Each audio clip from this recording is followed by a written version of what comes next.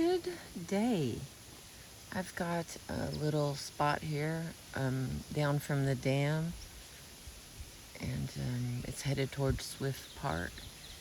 And it's just a nice place to stop and listen to the water run. So I'm going to try to read to you Topic 8, Intimacy and Trust, and a lovely little spot. Somebody backed in and broke all this concrete here on the edge of the road, or that's what it looked like anyway. So it is, you have to be careful back here because no one really takes care of this road. But thank you for being with me. Intimacy and trust. Most children begin life thinking that adults, their parents, other relatives, family friends, and even strangers and older children will protect them and keep them safe. When you were abused, that trust was violated. As a result, you may have lost your ability to trust anyone and may have a hard time developing close relationships or even knowing what a close or intimate relationship is. As you explore this topic, you will learn to identify those relationships in your life that are intimate and trusting, and those that are not, and how to create change in close relationships. What is an intimate and trusting relationship? Intimacy can be described as emotional closeness, caring, affection, friendship, or a strong connection or bond with another person. However, many women who have been abused think that intimacy is the same as being sexually involved with someone. This is not true. You can be intimate and trusting with a close friend, and you can be sexual with someone with whom you are not intimate and whom you do not trust at all. An intimate relationship is always mutual or reciprocal. Both of the people in the relationship care deeply about each other, share openly with each other, and take equal responsibility for seeing that the relationship feels good. If the intimate relationship is with someone you live with, this may mean sharing household chores and responsibilities, and providing some care for each other when needed. It means talking and listening to each other. Trust and intimacy go hand in hand in relationships. If you have a trusting relationship, you have confidence in the other person, and that person has confidence in you.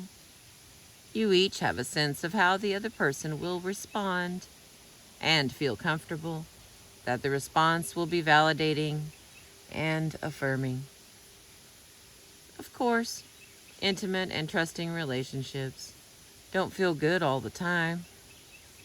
It is normal to be grumpy, out of sorts, or even angry and irritable sometimes. This does not mean the relationship is no longer intimate or that you can no longer trust the other person. It just means that it is a difficult time that will probably pass quickly.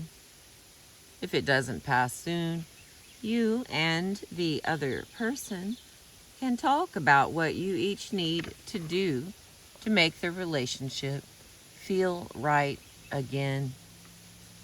In having such a discussion, use the I statements described in Topic 6.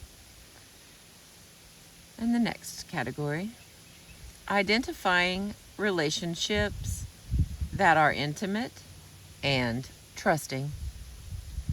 Make a list of the people with whom you interact regularly.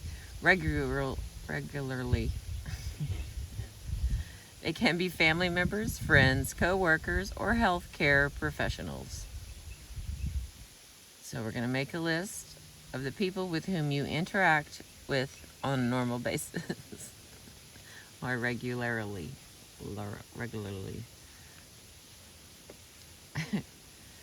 All right. Beginning with the first name on your list, ask yourself the following questions about your relationship with each person on your list. Consider, oh my Lord, consider each question carefully. If you answer to the question is yes, write the number of the question after the person's name. Now remember, you can pause me and make your list and follow along. Okay, number 1. Do we treat each other well? Number 2. Are we loving, deeply caring, supportive, and respectful of each other? Number 3. Do we avoid criticizing, judging, or blaming each other? Number 4. Do we listen carefully to each other? Number 5. Can we talk to each other about our lives, difficult times, personal issues, hopes, dreams, and goals? Number 6. Do we share fun and interesting activities with each other? Number 7. Do we avoid sharing personal information about each other with others? Number 8. Are we forgiving of each other? Number 9. Do we accept each other as we are and avoid trying to change each other? Number 10. Do I feel safe when I am with this person? Number 11. Do we have mutual understanding and empathy for each other? Number 12. Is this a loving relationship? Number 13. Does the other person ever emotionally or physically hurt me, force me to do things against my will, or threaten me, my family members, my friends, or my pets? Number 14. Does the relationship involve lack of respect, dishonesty, betrayal, deceit, shaming, or blaming? Number 15. Do I do all the giving in the relationship and get little or nothing in return? Number 16. Is the other person critical and or judgmental of me? Am I ever teased, ridiculed, or put down? Number 17. Are there certain subjects I cannot discuss with this person? Number 18. Does this person try to control me? Now, go back and review each person's name on your list. If anybody has a no for items 1 through 12 or a yes for items 13 through 18, you need to consider that your relationship with that person is not intimate and trusting. If you've determined that you have relationships with people in your life that you would like to improve or change, the rest of this chapter can help you.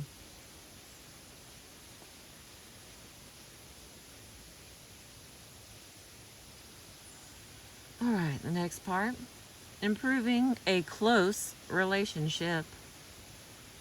Try telling the other person directly that you would like to improve the relationship, and then state your reason using an I statement. What will you tell him or her? And that's to be written down. The next, Madge has always wanted to be close to her sister Alice. However, she finds this difficult because Alice makes fun of Madge's weight problem in front of others and is very critical of her. Madge could say to Alice, "I would like to be in a close relationship with you, but I can't feel close because you make fun of my weight in front of others. You are critical of my choice of careers and my housekeeping style." Then it's up to Alice whether or not to change. If she does, the relationship may get closer. If she doesn't, Madge can choose to spend more time with people who are affirming and supportive and less time with Alice. If you feel ready to do this now, how and when will you do it? Then you answer that in writing. If you are in a relationship that is not intimate and trusting, and you wish it could be, but you do not feel it is safe to talk to the other person about it, you may want to discuss this relationship with a therapist, a counselor, or a person who works at a crisis center, or a close friend to figure out what to do. You may decide for yourself that you want to limit the amount of time you spend with that person. I plan to address this situation by fill in the lines. There are excuse me. Let me get a little drink. Almost done here.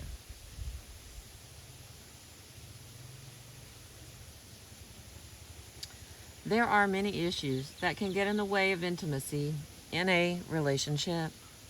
Substance abuse, the misuse of alcohol or drugs, is one of the most common. If a person is abusing substances, they are often unreliable and lose the ability to be intimate.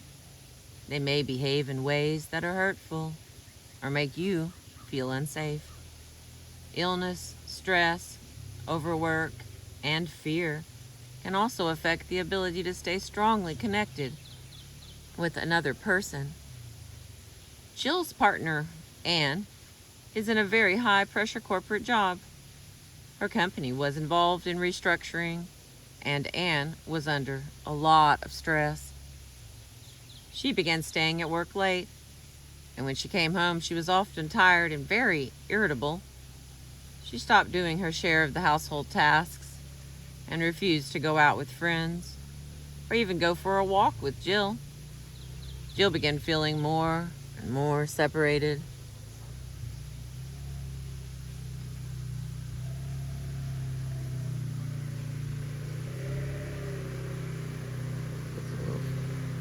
Someone on their phone.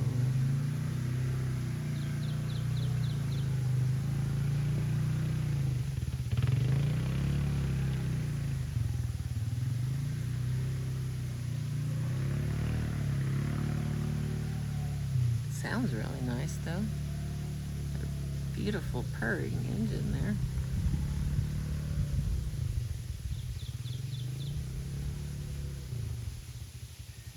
Okay. Jill began feeling more and more separated from Anne and began thinking of leaving the relationship. First, she shared her concerns with her counselor. With the counselor's guidance and with the use of I statements to express how she felt, Jill discussed the situation with Anne. Now they are having regular meetings and are working together to resolve the issues troubling them. List things that you feel would make it difficult to remain in intimate connection with another person. Several lines for you to list things that you feel would make it difficult to remain in intimate connection with another person. Each situation is different, and you will have to use the communication skills and other strategies you have learned in this book. such as I statements, saying no, being clear about your physical and emotional boundaries, and talking with supportive people, or have learned through the course of your life to decide what to do and what action to take each time a difficult situation comes up. List some skills and strategies that you feel would help you deal with different situations in relationships. And the next, is there some way you can tell if a relationship you are about to begin will be intimate and trusting? Sally, a 42-year-old teacher, had been in 6 relationships with men that she thought were going to be intimate and trusting. After she had been with each of these men for a time, they became abusive, threatening her and trying to control her life. She found that she was becoming more and more reluctant to even go out on a date. She decided to develop for herself a list of red flags, clues that would help her see that a relationship would not be good before she got so involved and it became more difficult or even unsafe to leave the relationship. And Sally's red flags are: he wants to know where I am, who I am with, and what I am doing. The next one, he badmouths my family and my friends. He criticizes me or the way I do things in a way that feels like putting me down. He talks about himself a lot, but does not listen to me. He abuses drugs or alcohol. He does not want to be seen with me in public places. He wants me to spend all of my time with him. And the last one, he wants me to take care of him. What would you put on your list of red flags that would let you know what you need to back away from in a new relationship with a potential partner or a friend?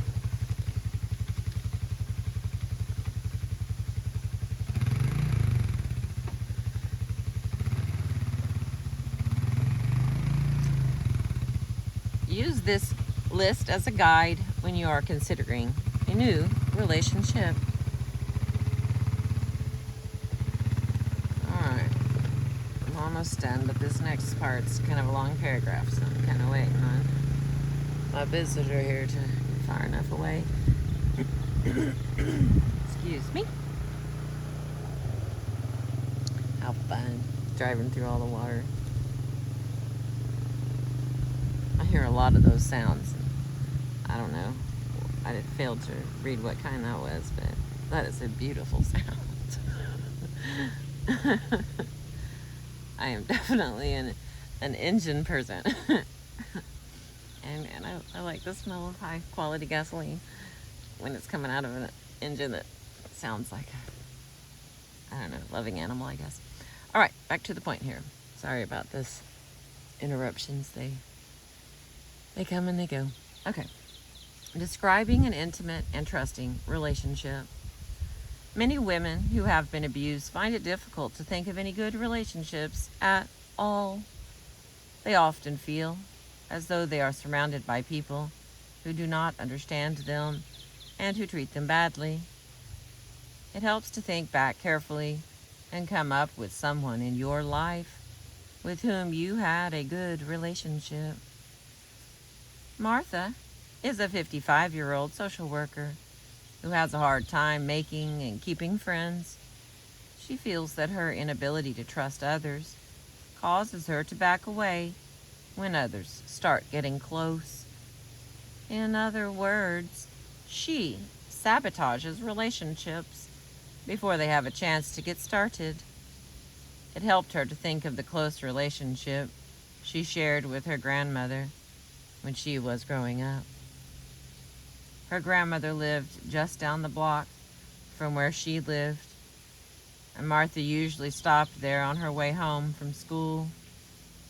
Her grandmother always had a snack waiting for her, such as home-baked cookies and hot chocolate.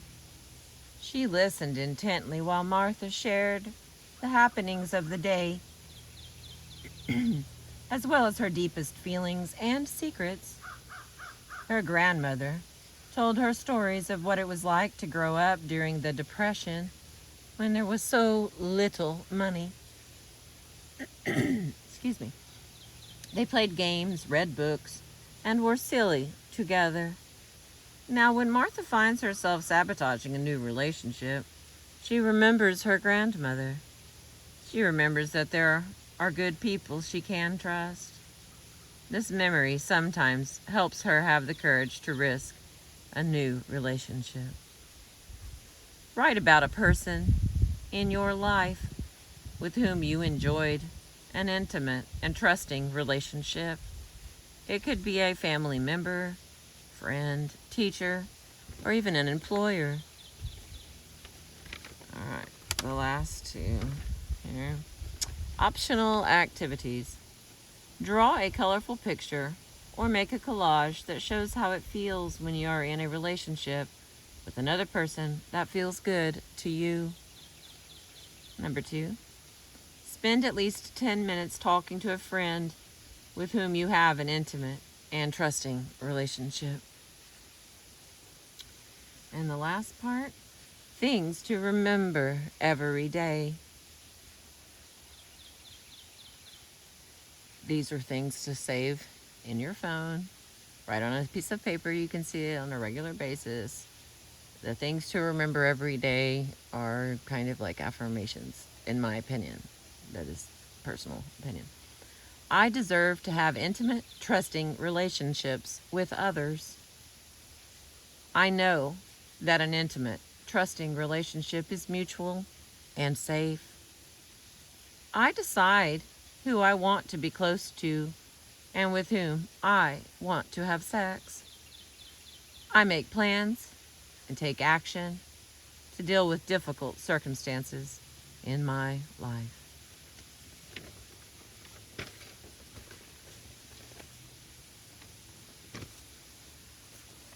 Well, that was number 8 topic, intimacy and trust.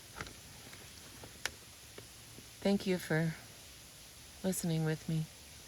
I hope some of this helps. I do know that I've only given my card out to, I don't know, some people, usually people that I meet personally or I think I have something in common with in some way. So I hope that it's been helpful. It's information, and I appreciate you letting me, or listening, or caring enough about yourself maybe to invest in writing these answers down and listening. I sincerely appreciate you.